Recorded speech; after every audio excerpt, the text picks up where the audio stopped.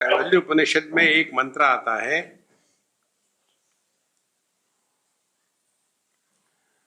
न कर्मणा न प्रजया धनेन त्यागेनैके अमृतत्वमानशु परेण नाकं निहितं गुहायां विभ्राजते तद्यतयो विशन्ति। फिर कहते वेदांत विज्ञान सुनिश्चितार्था संन्यास योगात् यतयः शुद्ध सत्वा ते ब्रह्मलोकेषु परांत काले परामृतात् परिमुच्यन्ति सर्वे। इन मंत्रों का तात्पर्य है न कर्मणा न प्रजया न धनेन। जब भी हम कोई कर्म करते हैं तो उस कर्म का फल होगा। तो अच्छा कर्म किया, पुण्य कर्म किया तो उसका फल है सुख, और पाप कर्म किया तो उसका फल है दुख। और ये जो कर्म फल होगी, सुख या दुख, क्योंकि कर्म क्षणिक है, उसका फल भी क्षणिक है। तो यदि हम ये सोचे कि हम अच्छा कर्म करके परमात्मा को समझ लेंगे, प्राप्त कर लेंगे, तो हमारी भ्रांति है, न कर्मणा। और इसीलिए कर्म का यदि हम क्षेत्र देखें तो पता चलता है कर्म क्या है। कर्म अज्ञान का पोता है। अज्ञान के कारण मन में विक्षेप आते हैं, इच्छा निर्माण होती है किसी को प्राप्त करने की, ताकि हमारी जो कमियां है पूरी हो जाए। तो हमने अपने आप को अपूर्ण माना है, जाना नहीं है, माना ही है, और उसके कारण मन में विक्षेप आ गए और फिर हम कर्म करने लग गए। तो कर्म का क्षेत्र क्या हो गया? अज्ञान। तो जहां अज्ञान है वही कर्म की प्रधानता है।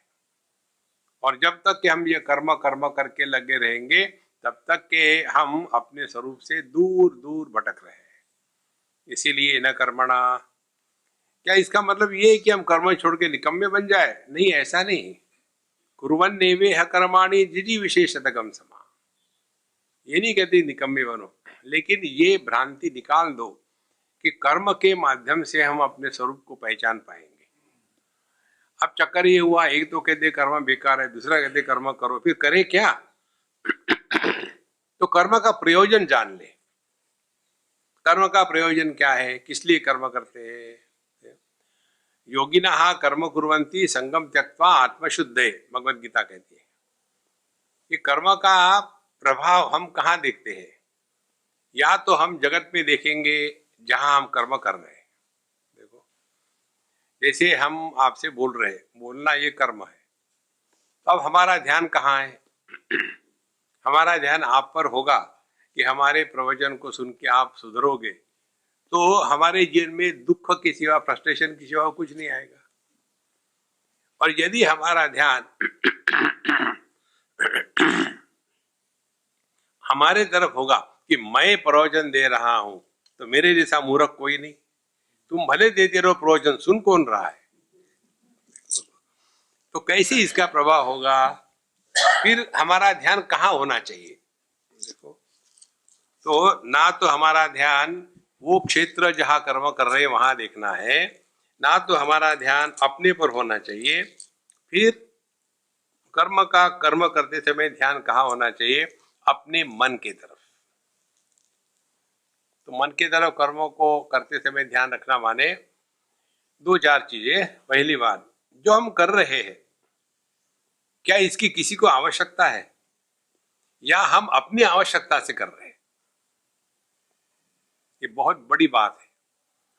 हमने शायद आपको बताया, एक सज्जन ने हमको ये सिखाया।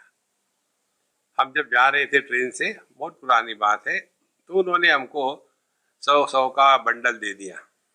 हमने कहा प्रभु मुझे नहीं चाहिए, मैं जहाँ जा रहा हूँ वहाँ लोग मुझे रिसीव करेंगे, और अभी टिकट है गाड़ी का, मैं खाता नहीं बीच में कुछ। नहीं, मैं आपको इसलिए नहीं दे रहा कि आपको जरूरत है, जरूरत मेरी है कि मुझे आपको देना है। इसी प्रकार से जो भी हम कर्म करते हैं उसमें यदि ये भाव रहे कि जो हम कर रहे हैं ये अपनी आवश्यकता है, दुनिया की नहीं, तो जीवन में बहुत ही परिवर्तन आ जाता है। उसी को कहते हमारा अंतःकरण शुद्ध हो रहा है।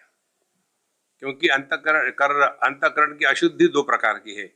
या तो कर्म के संस्कार बनते हैं या तो कर्म करने का अभिमान होता है।